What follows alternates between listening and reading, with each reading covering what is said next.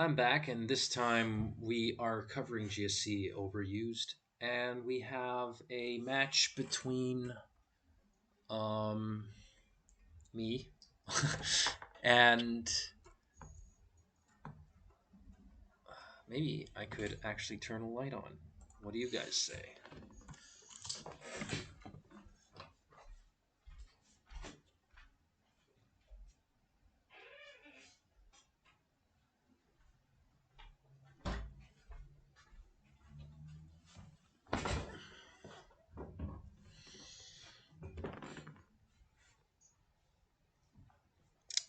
So a match between me and Frf. Okay, so yeah, match between me and him. So this is for the Pokemon Perfect circuit.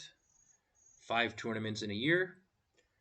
If you get enough championship points or win or get second place in one of these 5 tournaments, you will qualify for an end of the year championship.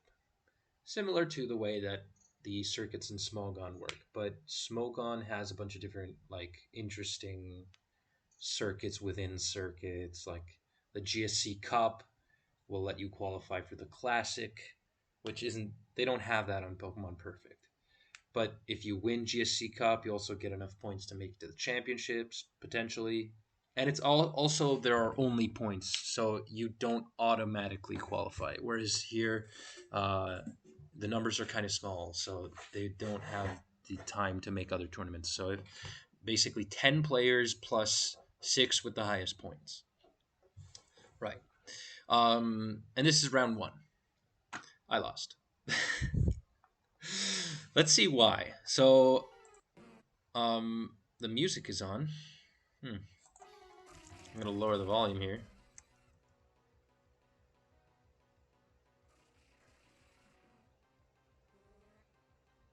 Do you guys hear that?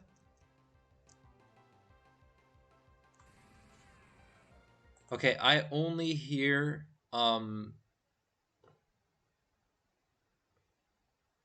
hear like one channel, like the piano. I don't hear anything else from the theme. Okay, so I brought a bad what I like to call bad baton pass. So he leads with Snorlax. I lead with Summoned Skull with Eggy. So I just boom, boom. Um, I boom for the sake of taking down Zapdos. If I take down Zapdos, he doesn't have a Sleep Talker. And then I can bring in my Baton Pass team with Smeargle. So now he brings in Snorlax again, and I have my Smeargle who outspeeds. I'm gonna slow it down a little. This was a bad move. Bad, Max. You're not supposed to do that. Yeah, my name's Max. Bad, Cherry. I was supposed to click agility. Thank you, Earthworm, for pointing that out. Because I had exactly what I wanted. I had a Snorlax in on like a non-phaser in on my agility user. So the baton passer. So I just had to click agility and win the game. I couldn't even do that. So, I put the Snorlax to sleep because it seemed too good to be true.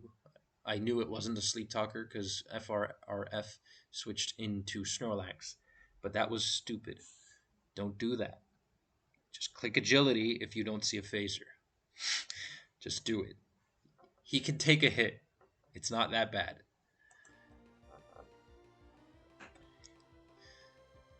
I baton pass, whatever. Switch to Zapdos because I don't know why.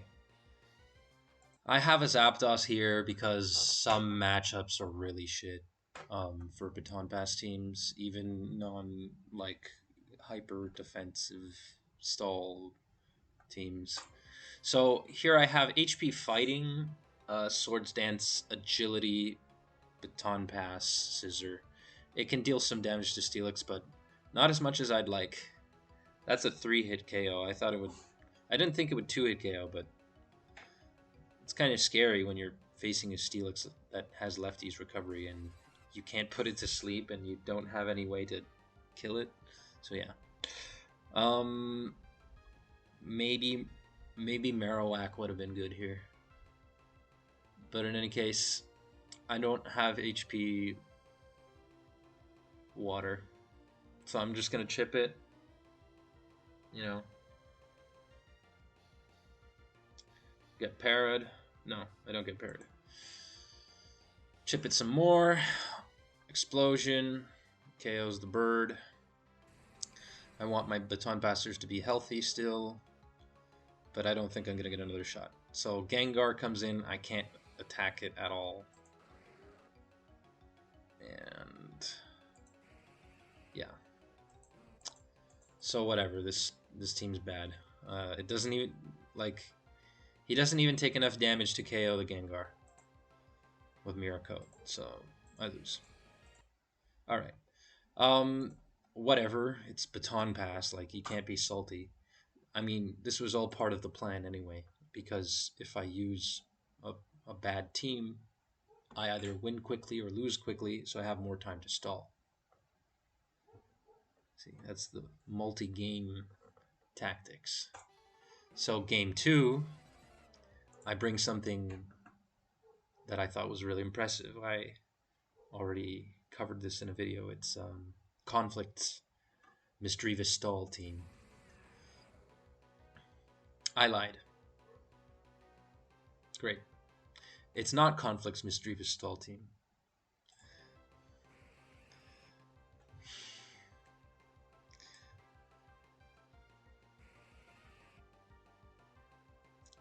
So yeah, just threaten the opponent with the Zapdos here.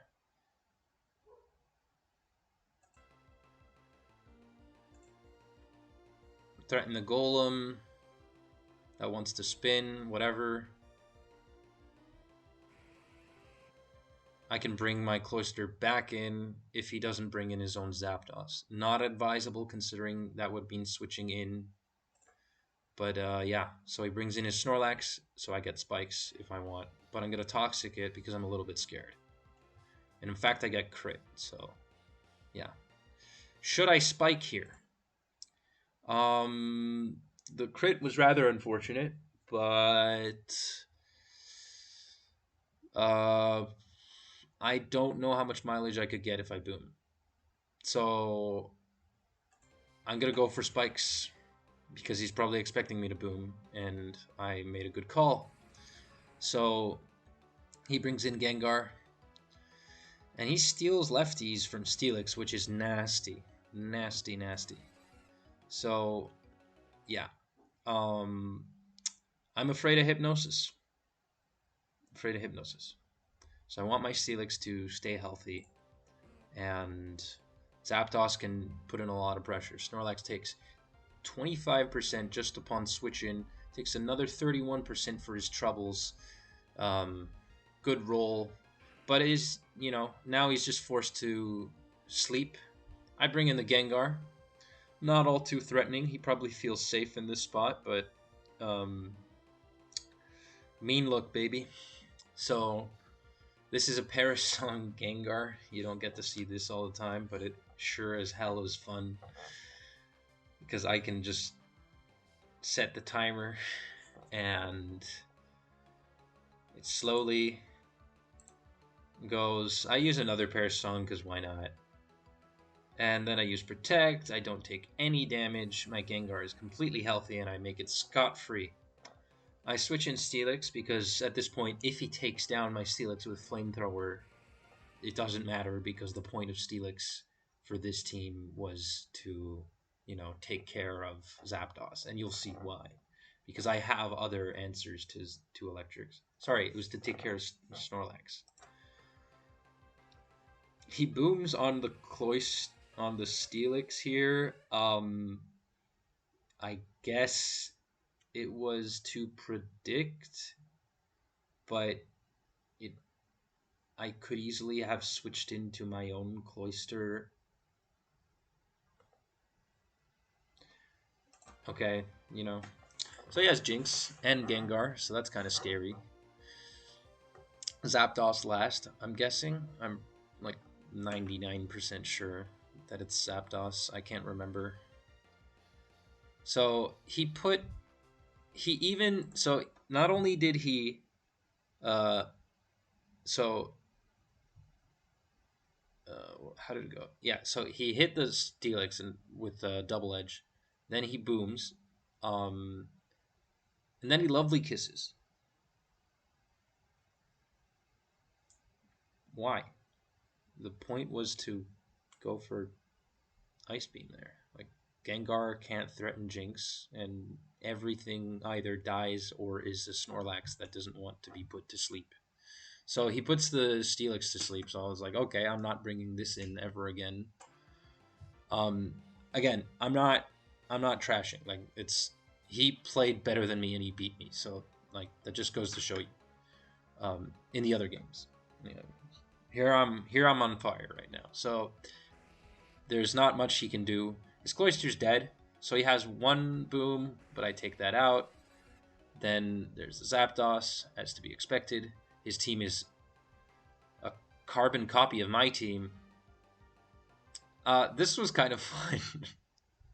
Like if I don't the fact that the double edge takes like inflicts so much recoil damage to Snorlax to the point that it just dies means I get an extra turn to like move, which is kind of cool. It can't rest. Like he either has to rest or has to switch out depending on what I do next. So I bring in Zap. His team does not want to come in on a Thunder. I know this. I really want to win the speed tie though, so I'm gonna KO it. Um, Not guaranteed KO, 36% with Hidden Power Ice, but you know, it unless it were Hidden Power fucking water, but I don't think so. I didn't check, so so yeah, Gengar doesn't want to take a Thunder from Zapdos. It's too scary, but it does. I mean, he doesn't have much of a choice here, so Jinx, my Zapdos is kind of in range. Um, I stay in because why not? You know, I don't want to have anything to do with this. So, um, Gengar, I auto win with Pear's Song because I have four Pokemon and I can just click Pear's Song and he can't KO me. You can't kill four Pokemon in 3 turns. I mean, you could, but semantics.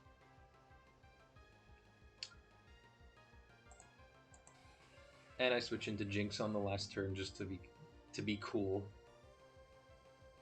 I didn't even need the Gengar. All right, so I win this game. I think I played it well. Enough said. Last game. Right. So the last game, I don't recall what team I brought. Um, I felt pretty good about that first game. Okay, so we have two lax leads. I can't recall. Okay, so yeah, interesting to bring in the Gengar here on this turn, but in any case, um, I go for an Earthquake. Makes sense, you know. Bringing my own Cloyster. Oh yeah, I think this was the game I played terribly. This was the conflict team. This was the one with conflicts team. Okay, so I bring in my Cloyster. Right, I'm one turn behind in the Spikes War. Okay, so he has his Cloyster in on my Snorlax. The turn after on turn 3, I bring in Cloyster. He lays spikes. I need to get my spikes as soon as possible. So he has a 20% chance of missing Toxic, and the playing field evens out. Or I take the Toxic and whatever. Conflict's team has a Blissey. That means there's Heal Bell. So taking Toxic is pretty good as an option here. For some reason, though, um, I was thinking, well, I don't want Gengar to come in for free, so I'm gonna just click Surf, even though I didn't lay my spikes down yet. Bad move. Click Surf later. So I take the Toxic and I click Surf because I want to hit Gengar. Um, but I still have to lay my spikes down. So now, if a Gengar comes in, it's still worse than if I just had laid my spikes down in the first place. At least I find out whether or not this Cloyster is Rapid Spin. Maybe he has a Golem. I don't know. Starmie. Probably not. But, yeah. So, I.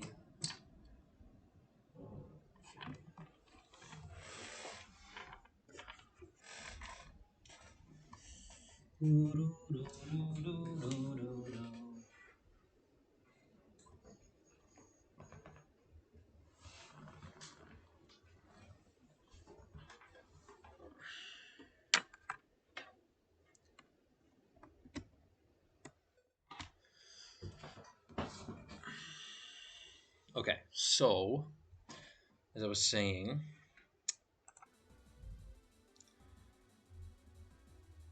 he can bring Zapdos in here. So now I'm like, okay, he could bring Zapdos in or whatever, or he could still technically bring Gengar in, but I go for spin. I take so much damage, 48%, 21%. He can lay spikes. He can surf me. I can come in and take, with Toxic and my Cloyster's dead. I lost my Rapid Spinner. I don't know. Terrible, terrible move.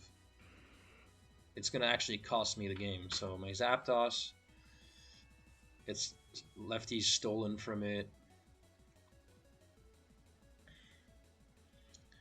Dodge an explosion. The game isn't lost yet. There's also other things that happen that are not so good. So I have a Misdreavus here on a Snorlax. This is a little bit scary because I don't know what set the Snorlax is. Curse, I haven't seen anything else. Could be Fire Blast or Flamethrower, Thunder, EQ, Mono, not likely. He goes for a Double Edge. Maybe doesn't want to reveal what he has. Nidoking is very scary. I go to Misdreavus, take the Lovely Kiss. I need my Phaser, so makes sense. I take Spikes or Poison. This was interesting. This turn was interesting. So I switched my Cloyster in. It was at like 20%, and it takes Thief, and it dies. Since it died, the Nidoking did not get the leftovers.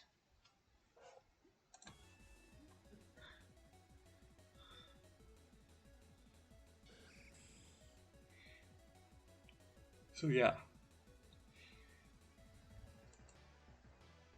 Toxic.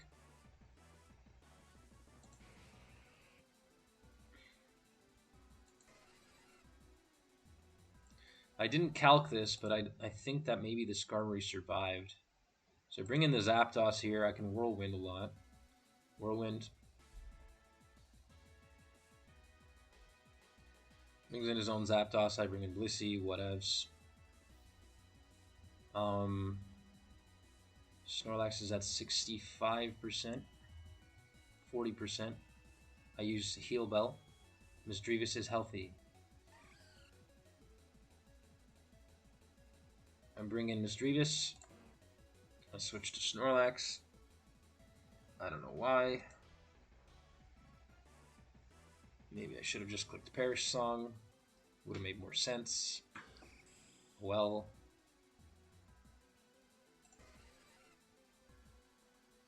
So yeah. So he has T-Tar in the back because it's a phaser, it's a normal resist, it's a pursuit user, he has a Monolax, there's a Nidoking. Makes a lot of sense. So, still doesn't manage to steal any leftovers. Now the Nidoking is in a little bit of trouble, but he puts my Zapdos to sleep, so that doesn't matter anymore. and he'll live another day. I don't stay in here because I'm like, oh no, what if my Snorlax dies to Cloyster? Boo hoo. I mean, I still have everything I need to stall. I guess it wouldn't have been great, but like losing Blissey is worse. So I could have clicked Thunder there, is what I'm trying to say. Misdreavus and the Tyranitar. So he comes in and I can't do anything about it. I can't stall the T-Tar. I should not have let the Misdreavus come in. It was kind of obvious, too, that he had that.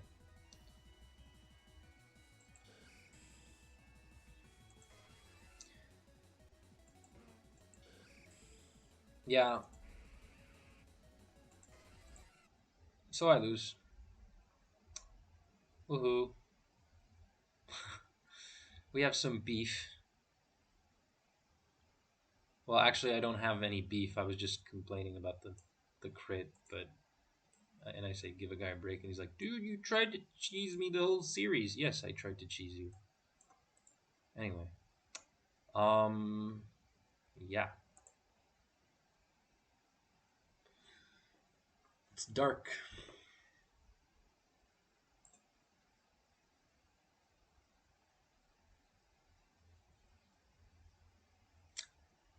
Yeah. Anyway, if you guys enjoyed, probably you didn't, leave a like and subscribe.